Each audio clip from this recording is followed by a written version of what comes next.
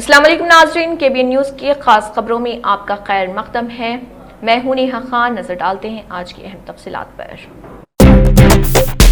तेलंगाना के वज़ीर आला रेवंत रेड्डी ने रियासत में आलमी सरमायाकारी को तेज करने के लिए एक अहम तजवीज़ पेश की है, जिसके तहत अब हर साल जुलाई या अगस्त के महीने में हैदराबाद में वर्ल्ड इकनॉमिक फोरम का फॉलोअप इजलास मुनक्किद किया जाएगा। दाउस में मुनक्किदा ज्वाइन दी राइज प्रोग्राम के दौरान वज़ीर आला ने ये तजवीज़ रखी, जिसे आलमी कारोबारी रहनुमा और पॉलिसी साजों ने मुत्तफ़िक़ा तौर पर कबूल कर लिया। वज़ीर आला ने वाज़ेह किया कि सरमायाकारी के मुआहदों और कारोबारी फैसलों के लिए 1 साल का इंतजार बहुत तवील है, इसलिए 6 माह बाद हैदराबाद में फॉलोअप मीटिंग के जरिए इन फैसलों पर अमल दरामद को तेज किया जा सकता है। वज़ीर आला ने बताया कि हाल ही में मुनक्किदा तेलंगाना राइजिंग ग्लोबल समिट तवक्कुआत से ज्यादा कामयाब रही, जिसके जरिए रियासत ने 5,75,000 करोड़ रुपए से ज्यादा की सरमायाकारी हासिल की। उन्होंने हैदराबाद को एक ग्लोबल हब और फ्यूचर सिटी बनाने के अपने विजन को दुनिया के सामने पेश किया। इस मौके पर उन्होंने तेलंगाना की नई AI इनोवेशन हब और next generation life science policy 2026-30 का आगाज भी किया। वज़ीर आला ने मजीद कहा कि हैदराबाद को मुल्क का पहला 24 घंटे सरगर्म रहने वाला शहर बनाया जाएगा, जिसके लिए मूसी रिवर फ्रंट की तरक्की और नाइट टाइम इकोनॉमी पर खुसूसी तवज्जो दी जा रही है। हजारों मोटर सवारों को बड़ी राहत देते हुए तेलंगाना हाई कोर्ट ने एक अहम फैसले में वाज़ेह कर दिया कि ट्रैफिक पुलिस सड़कों पर जबरदस्ती ट्रैफिक चालान वसूल नहीं कर सकती, न ही गाड़ियों की चाबियां छीनकर या मुसाफिरों पर दबाव डालकर जुर्माने वसूल किए जा सकते हैं। यह फैसला इस उसूल को मजबूत करता है कि ट्रैफिक जुर्माने कानूनी तरीक़ेकार के तहत ही आयद और वसूल होंगे, जिनमें अदालत की निगरानी और बाकायदा नोटिस लाजमी है। यह हुक्म 13 जनवरी 2026 के आसपास जारी किया गया, जिसमें अदालत ने इस बात पर जोर दिया कि ट्रैफिक क़वानीन के निफाज में अदालती जांच और कानूनी अमल की पाबंदी जरूरी है। निफाजी इदारों के लिए अदालत का 2 टुक पैगाम। ये फैसला जस्टिस NV श्रवण कुमार ने सिकंदराबाद के रिहायशी वी रघुवेंद्रचारी की जानिब से दायर हुई दरख्वास्त की समाअत के दौरान सुनाया। दरख्वास्तों में इन ट्रैफिक चालानों को चैलेंज किया गया, जिन्हें मनमानी और गैर कानूनी करार दिया गया था और जो अक्सर मोबाइल फोन से ली गई तस्वीर की बुनियाद पर जारी किए गए थे। इसके बाद दरख्वास्त गुजार ने मौजूदा निज़ाम की कई खामियों की निशानदेही की, जिनमें 17 मार्च 2025 को मुबैना ट्रिपल राइडिंग पर 1200 रुपए का जुर्माना, मोटर व्हीकल एक्ट 1988 की दफा 128 जैसे कानूनी हवालों का फकदान, मंजूर शुदा कैमरों के बजाय गैर मुसद्दक़ा मोबाइल डिवाइसेस का इस्तेमाल। इससे कबल नवंबर 2025 की समातों में भी अदालत ने दर्ज झैल खदशात जाहिर किए थे। मुकर्ररा हद से ज्यादा जुर्माने, ई चालान के इजरा में शफाफियत की कमी, निज़ाम में फौरी इस्लाहात की जरूरत, मौके पर जुर्माना वसूली कानूनी दायरे में। दरख्वास्तों में GO 108/2011 को भी चैलेंज किया गया, जो ट्रैफिक खिलाफ वर्जियों पर मौके पर जुर्माना वसूल करने की इजाजत देता है। दलाइल दिए गए कि मोटर व्हीकल एक्ट के दफा 208 के तहत सिर्फ अदालतें सजाएं मुकर्रर कर सकती हैं। सड़क किनारे वसूली इख्तियारात की तकसीम की खिलाफ वर्जी है। ये हुकूमती हुक्म मरकजी कानून से मुतसादिम हो सकता है। आंध्र प्रदेश और तेलंगाना के दरमियान रोजाना हजारों अफराद तालीम, मुलाजिमत और तिजारत की गर्ज से सफर करते हैं। खासतौर पर AP से हैदराबाद आने वालों की बड़ी तादाद को मद्देनजर रखते हुए दोनों रियासतों की हुकूमतें सरहदी सड़कों की तौसी पर खुसूसी तवज्जो दे रही। इसी के हिस्से के तौर पर आंध्र प्रदेश हुकूमत ने एक बड़ा कदम उठाते हुए गुंटूर हैदराबाद रूट पर एक नई हाईवे की तामीर का आगाज कर दिया। मरकजी हुकूमत के ताउन से बनने वाली इस शाहराह का काम तेजी से जारी है और इसे अप्रैल 2027 तक मुकम्मल करने का निशाना रखा गया। ये नई हाईवे प्री-चरला से कोंडामोरू तक तामीर की जा रही, जिसकी लंबाई 49.91 किलोमीटर होगी। इस प्रोजेक्ट पर 881.61 करोड़ रुपए लागत आएगी। इस नेशनल हाईवे को 167G का नंबर अलॉट किया गया है। इस सड़क की सबसे बड़ी खासियत यह है कि इसकी तकमील के बाद अमरावती से हैदराबाद जाने वालों के लिए सफर का फासला 40 किलोमीटर कम हो जाएगा, जिससे वक्त और ईंधन दोनों की बचत होगी। तामीराती मंसूबों के तहत सतनापल्ली और कंडामोरू के करीब बाईपास सड़कें बनाई गई जाएंगी, ताकि शहर के अंदर ट्रैफिक का दबाव कम हो। इसके अलावा रास्ते में 11 छोटे पुल, 4 अंडरपास, 1 टोल प्लाजा और 1 रेलवे ओवरब्रिज RO भी तामीर किया जाएगा। फिलहाल प्री-चरला कंडामोरू रोड पर सड़क तंग होने की वजह से हादसात का खतरा रहता है, लेकिन इस नई तौसी से न सिर्फ मुसाफिरों को सहूलत मिलेगी, बल्कि कपास, मिर्ची और दीगर तिजारती सामान की नकल व हमल भी तेज तर हो जाएगी। सेक्रेटरीट 6वीं मंजिल कमरा नंबर 33 में एक फिजिकल जायजा मीटिंग मुनक्किद की गई, जिसकी सदारत وزیر اظہر الدین اور سیکرٹری DMWOS نے کی ہے، اور اس موقع پر کئی موضوعات پر بات چیت کی گئی، جیسے کہ رمضان کی تیاری کے کام، کرسمس کے کاموں کی پیش رفت اور PMJV کے SNA کی بندش اور جاری پروجیکٹ اپڈیٹس۔ شادی مبارک قبرستان کی زمین کے پارسل، اقلیتوں کے مالیاتی کارپوریشن کے لیے آنے والی فلاحی اسکیمیں۔ چیئرمین TGMFC نے خطاب کیا اور DMWO کو ہدایت دی کہ وہ اقلیتی مالیاتی کارپوریشن اسکیموں کو فوری طور پر انجام دے۔ اجلاس میں مشیر شبیر علی، چیئرمین TGWB عظمت اللہ حسینی، چیئرمین ٹمبریز فہیم قریشی، چیئرمین اقلیتی کمیشن طارق انصاری اور دیگر موجود تھے۔ تلنگانہ حکومت نے کسانوں کی سہولت کے لیے ایک انقلابی قدم اٹھاتے ہوئے ریاست میں یوریا بکنگ ایپ متعارف کرانے کا فیصلہ کیا ہے۔ اس سے قبل یہ ایپ تجرباتی طور پر صرف 5 اضلاع میں دستیاب تھی، لیکن اب وزیر زراعت ناگیشور راؤ نے اعلان کیا ہے کہ آئندہ سیزن خریف سے ریاست کے تمام اضلاع کے کسان اس سہولت سے فائدہ اٹھا سکیں گے۔ اس ایپ کے ذریعے کسانوں کو کھاد کی دکانوں پر گھنٹوں انتظار کرنے کی ضرورت نہیں رہے گی اور وہ منٹوں میں اپنی ضرورت کے مطابق یوریا بک کر سکیں گے۔ اس ڈیجیٹل سسٹم کا سب سے بڑا فائدہ یہ ہے کہ اس سے یوریا کی ذخیرہ اندوزی اور کالا بازاری کا خاتمہ ہوگا۔ حکومت کے پاس ریئل ٹائم ڈیٹا موجود ہوگا کہ کس علاقے میں کتنا اسٹاک دستیاب ہے اور کس کسان کو کتنی کھاد دی گئی ہے۔ مرکزی حکومت نے بھی تلنگانہ کے اس اقدام کی ستائش کی ہے۔ وزیر زراعت نے نامیاتی مصنوعات کے نام پر مارکیٹ میں ہونے والی دھوکہ دہی پر بھی تشویش کا اظہار کیا۔ انہوں نے کہا کہ جلد ہی ایک نئی ایپ متعارف کرائی جائے گی جو نامیاتی فصلوں کی سرٹیفکیشن کرے گی۔ امریکہ میں مقیم سرگد تلنگانہ میں ہوائی جہاز کی دیکھ بھال، مرمت اور اوور ہال MRO مرکز قائم کرے گا۔ سرگد نے ریاستی حکومت کے ساتھ اگلے 3 سے 5 سالوں میں مرحلہ وار 1000 کروڑ روپے تک کی سرمایہ کاری کے لیے مفاہمت کی یادداشت پر دستخط کیے۔ سرگد کے بانی اور CEO سرینواس توٹا نے ورلڈ اکنامک فورم کے حصے کے طور پر ڈاووس میں چیف منسٹر ریونت ریڈی سے ملاقات کی۔ سرگد کو ایرو اسپیس، دفاع، آٹو موبائل اور جدید مینوفیکچرنگ کے شعبوں میں وسیع تجربہ حاصل ہے۔ اس موقع پر چیف منسٹر نے وضاحت کی کہ تلنگانہ کو 3 خصوصی زونوں میں تیار کیا جا رہا۔ انہوں نے کہا کہ خدمات کے شعبے کے لیے core urban region economy, core manufacturing sector کے لیے peri urban region economy, pure اور rural agri region economy, red زراعت اور سبز معیشت کے لیے قائم کی جا رہی۔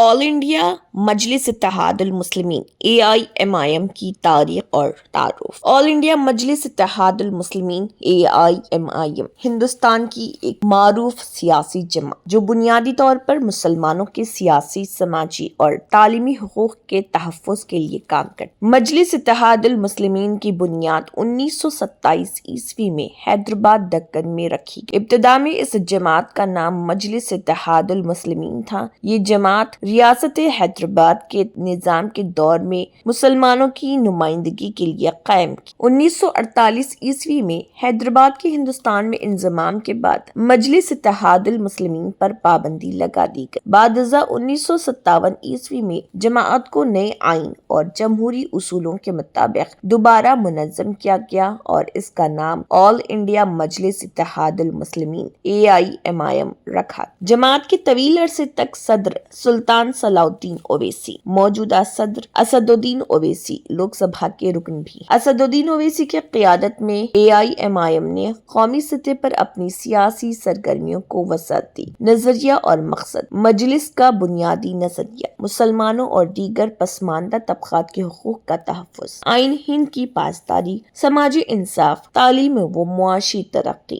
اقلیتوں کے ساتھ ہونے والے امتیاز کے خلاف آواز۔ سیاسی کردار: ابتدا میں AIMIM کا اثر زیادہ تر تلنگانہ خصوصاً حیدرآباد تک محدود تھا، مگر حالیہ برسوں میں اس نے مہاراشٹر، بہار، اتر پردیش، مغربی بنگال، کرناٹک جیسے ریاستوں میں بھی اپنی سیاسی موجودگی درج کرائی۔ تنقید اور حمایت: مجلس کو جہاں اقلیتوں کی مضبوط آواز سمجھا جاتا ہے، وہیں بعض حلقوں میں اس پر فرقہ وارانہ سیاست کا الزام بھی لگایا جاتا ہے۔ تاہم جماعت خود کو آئینی اور جمہوری دائرے میں کام کرنے والی پارٹی قرار دیتی ہے۔ ایک پرانی اور منظم سیاسی جماعت مجلس اتحاد المسلمین ہے، جو ہندوستان میں مسلمانوں کے سیاسی حقوق، سماجی انصاف اور آئینی اقدار کے تحفظ کے لیے سرگرم ہے، اور اس کی قیادت خاص طور پر اویسی خاندان کے ہاتھ میں رہی ہے۔ مجلس اتحاد المسلمین کا انتخابی سفر۔ ابتدائی دور۔ آل انڈیا مجلس اتحاد المسلمین نے آزادی کے بعد جب دوبارہ منظم ہو کر سیاست میں قدم رکھا تو اس کی انتخابی سرگرمیاں زیادہ تر حیدرآباد اور اس کے اطراف تک محدود تھی۔ ابتدا میں پارٹی نے ریاستی اسمبلی اور بلدیاتی انتخابات میں حصہ لیا اور مقامی سطح پر مضبوط بنیاد قائم کی۔ تلنگانہ، سابق آندھرا پردیش میں کردار۔ مجلس کا سب سے مضبوط سیاسی اثر حیدرآباد میں رہا۔ پارٹی نے تلنگانہ اسمبلی میں کئی مرتبہ نشستیں حاصل کی۔ بلدیاتی اداروں GHMC وغیرہ میں بھی AIMIM کا نمایاں اثر رہا۔ حیدرآباد کے پرانے شہر کو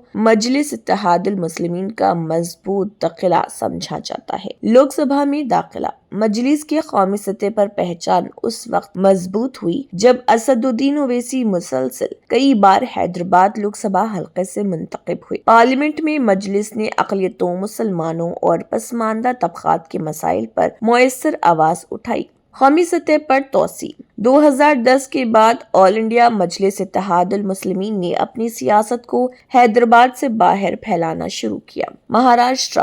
بلدیاتی انتخابات میں کامیابیاں، ریاستی اسمبلی میں نشستیں حاصل کی، اورنگ آباد، ناندیڑ اور دیگر علاقوں میں اثر۔ بہار۔ 2020 کے اسمبلی انتخابات میں مجلس نے غیر متوقع کامیابی حاصل کی۔ سیمانچل خطے میں پارٹی کو خاصی حمایت ملی۔ دیگر ریاستیں۔ مجلس نے درج ذیل ریاستوں میں بھی انتخابات لڑے۔ اتر پردیش، مغربی بنگال، کرناٹک، مدھیہ پردیش، راجستھان۔ اگرچہ ہر جگہ کامیابی نہیں ملی، مگر پارٹی نے اپنی موجودگی درج کرائی۔ انتخابی حکمت عملی۔ مجلس کی انتخابی سیاست کی نمایاں خصوصیات: اقلیتوں اور پسماندہ طبقات پر توجہ، آئینی حقوق کا حوالہ، مضبوط عوامی خطابات، مقامی مسائل کو قومی سطح پر اٹھانا۔ تنقید اور اثر۔ قائدین کے مطابق مجلس بعض علاقوں میں ووٹ تقسیم کرتی ہے۔ حامیوں کے نزدیک مجلس مسلمانوں کی آزاد اور بے باک آواز ہے۔ مجموعی جائزہ۔ مجلس کا انتخابی سفر مقامی جماعت سے قومی سطح کی پارٹی بننے کا سفر ہے۔ اگرچہ پارٹی کی اصل طاقت اب بھی حیدرآباد میں ہے، لیکن اس نے ہندوستان کی کئی ریاستوں میں اپنی شناخت قائم کر لی ہے۔ عالمی سطح پر بڑھتی ہوئی تجارتی کشیدگی، کمزور امریکی ڈالر اور سرمایہ کاروں میں غیر یقینی کے ماحول کے درمیان سونے اور چاندی کی قیمتوں میں زبردست تیزی دیکھنے میں آئی ہے۔ سونا تقریباً 5% اضافے کے ساتھ نئی ریکارڈ سطح کے قریب پہنچ گیا، جبکہ چاندی نے بھی اپنی تاریخ کی بلند ترین قیمت کو چھو لیا۔ ملٹی کموڈیٹی ایکسچینج پر کاروباری سیشن میں فروری ڈیلیوری والا سونا 1,58,339 روپے فی 10 گرام تک جا پہنچا، جو اب تک کی سب سے بلند سطح ہے۔ اسی طرح مارچ ڈیلیوری والی چاندی 3,35,000 روپے فی کلو گرام تک پہنچ گئی ہے۔ صبح تقریباً 11:50 تک MCX پر فروری ڈیلیوری کا سونا 7,363 روپے یعنی 4.99% اضافے کے ساتھ 1,57,928 روپے فی 10 گرام پر ٹریڈ کر رہا تھا، جبکہ چاندی 10,499 روپے یعنی کہ 3.24% کی تیزی کے ساتھ 3,34,171 روپے فی کلو گرام پر پہنچ گئی۔ بین الاقوامی منڈیوں میں بھی قیمتی دھاتوں نے نئی تاریخ رقم کی۔ کامکس پر امریکی سونا $4,849 فی ٹرائی اونس تک جا پہنچا، جبکہ چاندی کی قیمتیں 92.5 سے 95.7 فی اونس کے دائرے میں رہیں۔ ماہرین کے مطابق قیمتوں میں اس تیزی کی بڑی وجہ امریکہ اور یورپ کے درمیان بڑھتا ہوا تجارتی تنازع۔ اطلاعات کے مطابق امریکہ فروری سے یورپ کے 8 ممالک پر 10% ٹیرف عائد کرنے کی تیاری کر رہا، جسے جون تک بڑھا کر 25% کیا جا سکتا ہے۔ कौमी राजधानी खित्ते एनसीआर में फिजाई आलूदगी से परेशान लोगों के लिए एक हद तक इत्मीनान बख्श खबर सामने आई। महकमे मौसमियात की ताज़ा पेशगोई के मुताबिक मौसम में वाज़ेह तब्दीली मुतवक्के है, जिसके नतीजे में आलूदगी की सतह में कमी आ सकती है। मौसम के इस बदलते मिजाज से खासतौर पर दिल्ली, नोएडा, गाजियाबाद और एतराफ के इलाकों में हवा के मियार में बेहतरी की उम्मीद की जा रही। महकमे मौसमियात ने बताया कि 23 जनवरी को एनसीआर में गर्द चमक के साथ बारिश होने का इम्कान। इस दौरान तेज हवाएं भी चल सकती हैं, जिनकी रफ्तार 30 से 40 किलोमीटर फी घंटे तक पहुंचने का अंदाजा। माहिरीन के मुताबिक बारिश और हवाओं की ये सरगर्मी फिजा में मौजूद आलूदा ज़र्रात को साफ करने में मददगार साबित होगी। इस दिन ज्यादा से ज्यादा दर्जे हरारत तकरीबन 20 डिग्री सेल्सियस और कम से कम दर्जे हरारत 10 डिग्री सेल्सियस के आसपास रहने की तवक्को। महकमे मौसमियात की वार्निंग में कहा गया है कि 23 जनवरी को सुबह से रात तक मुख्तलिफ औकात में आंधी, बारिश और बिजली कड़कने का असर देखा जा सकता है। इसके बाद 24 जनवरी को मौसम मजीद सर्द हो जाएगा और कम से कम दर्जे हरारत घटकर तकरीबन 7 डिग्री सेल्सियस तक पहुंच सकता है। इस दिन हल्के से दरमियानी दर्जे का कोहरा छाए रहने का भी इम्कान जाहिर किया गया है।